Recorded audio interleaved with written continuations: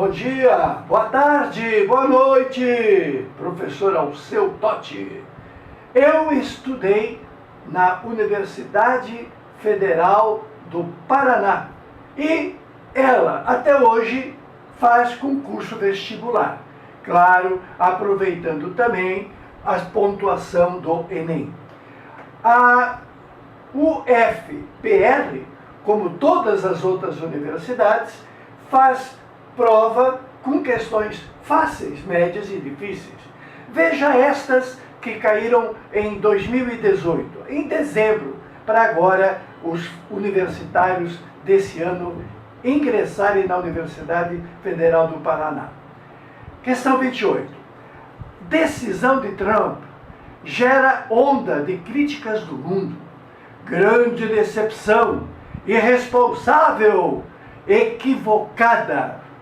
As reações ao anúncio do presidente americano, Donald Trump, de que vai retirar os Estados Unidos do acordo de países sobre o clima, foram negativas em todo o mundo.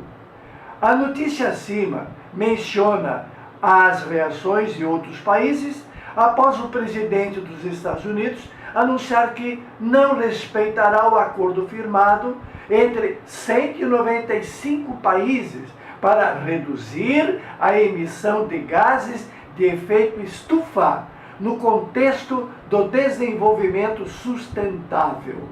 O objetivo do acordo é voltado à redução de emissão, principalmente de bosque, dióxido de carbono, o gás carbônico, juntamente com o metano, que não está relacionado, o CH4, CO2 e CH4 são dois gases que, ao subirem, estacionam numa camada em torno da Terra, dificultando a saída das ondas infravermelhas de calor da Terra para o exterior. Se as ondas de calor não saem para fora, elas batem nessa camada e voltam aquecendo a Terra. É o dióxido de carbono B de bola. Isso é questão que se faça para entrar numa universidade? Porque nem todo mundo vai ser químico. Muitos serão ótimos tradutores e intérpretes, ótimos tatuadores, que usarão as suas qualidades pessoais independente da química. Outra questãozinha maneira da UFPR. O desenho abaixo ilustra como ocorre uma transformação química, em que a espécie A, as esferas cinzas, reage com a espécie B, esferas pretas, de modo a formar uma nova substância. Lembra de John Dalton, lá em 1808, coroando os trabalhos de Antoine Lavoisier, que foi decapitado na Revolução Francesa, porque era tido como cientista. Na verdade, era um alquimista. O Lavoisier virou o pai da química. E, na sequência, o John Dalton estabelece os princípios da química. Como, por exemplo, o átomo pode ser considerado bolinha, esfera maciça. Sim, senhor, dá para entender perfeitamente. Você viu que nas provas desse ano, em novembro e dezembro, e agora em janeiro, não caiu nada de nanoquímica? Esqueceram Linus Pauling, esqueceram hibridização, aquelas loucuras. Não precisa, cara. Olha aí, ó, você vai entender perfeitamente considerando o átomo bolinha.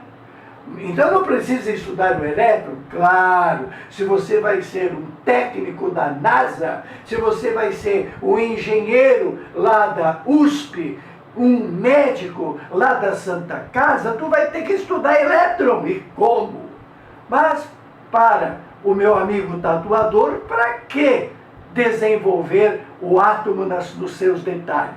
Basta considerá-lo uma bolinha ou preta ou cinza. A bolinha preta faz parte de um grupo, que é o elemento químico. A bolinha cinza faz parte de um outro grupo, é um outro elemento químico. as bolinhas se unem. Quando os átomos se unem, formam moléculas. Esta molequinha é formada por dois átomos iguais. Então a gente chama de substância simples, quando é formado de dois átomos iguais. Por exemplo, poderia ser o H2. O hidrogênio é feito de dois átomos na sua molécula.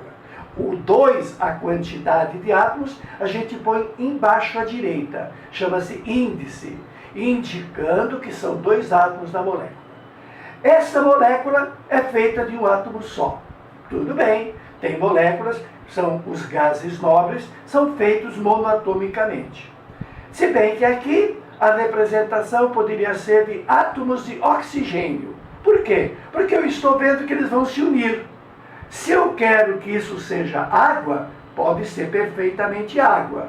A molécula de hidrogênio teve que quebrar, e seus átomos, por uma questão de afinidade, vão se unir ao átomo de O.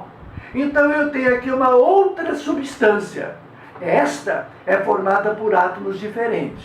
Quando é formada por átomos diferentes, a gente chama de substância composta de átomo cinza e átomo preto, átomo escuro. E este processo todo, como é que se chama? Chama-se reação química.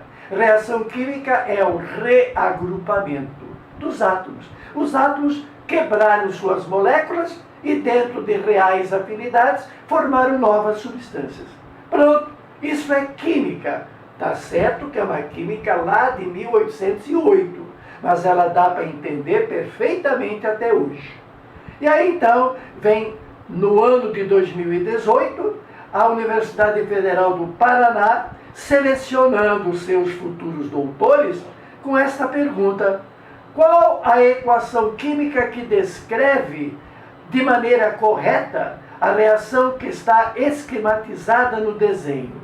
Sim, porque a reação química é o reagrupamento. Agora, a escrita chama-se equação. Equação que tem na esquerda os que reagiram e que tem à direita os que foram produzidos. Ora, está dizendo aqui, você concorda. São dois átomos do elemento químico A unidos numa molécula A2 e um átomo do elemento B, que está isolado nesta equação, produzindo uma molécula de dois átomos de hidrogênio, dois átomos de A no caso, e um átomo de B.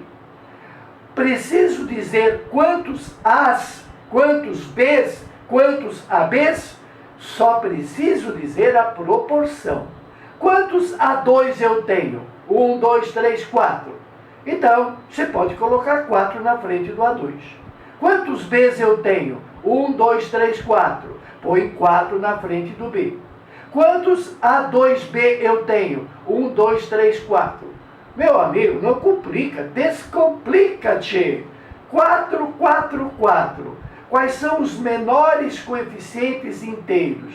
Os menores vêm da simplificação. 1 para 1 para 1. Pronto.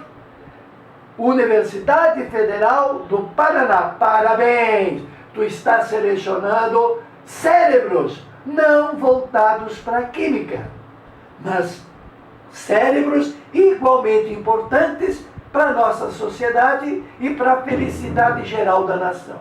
Tote ao seu dispor.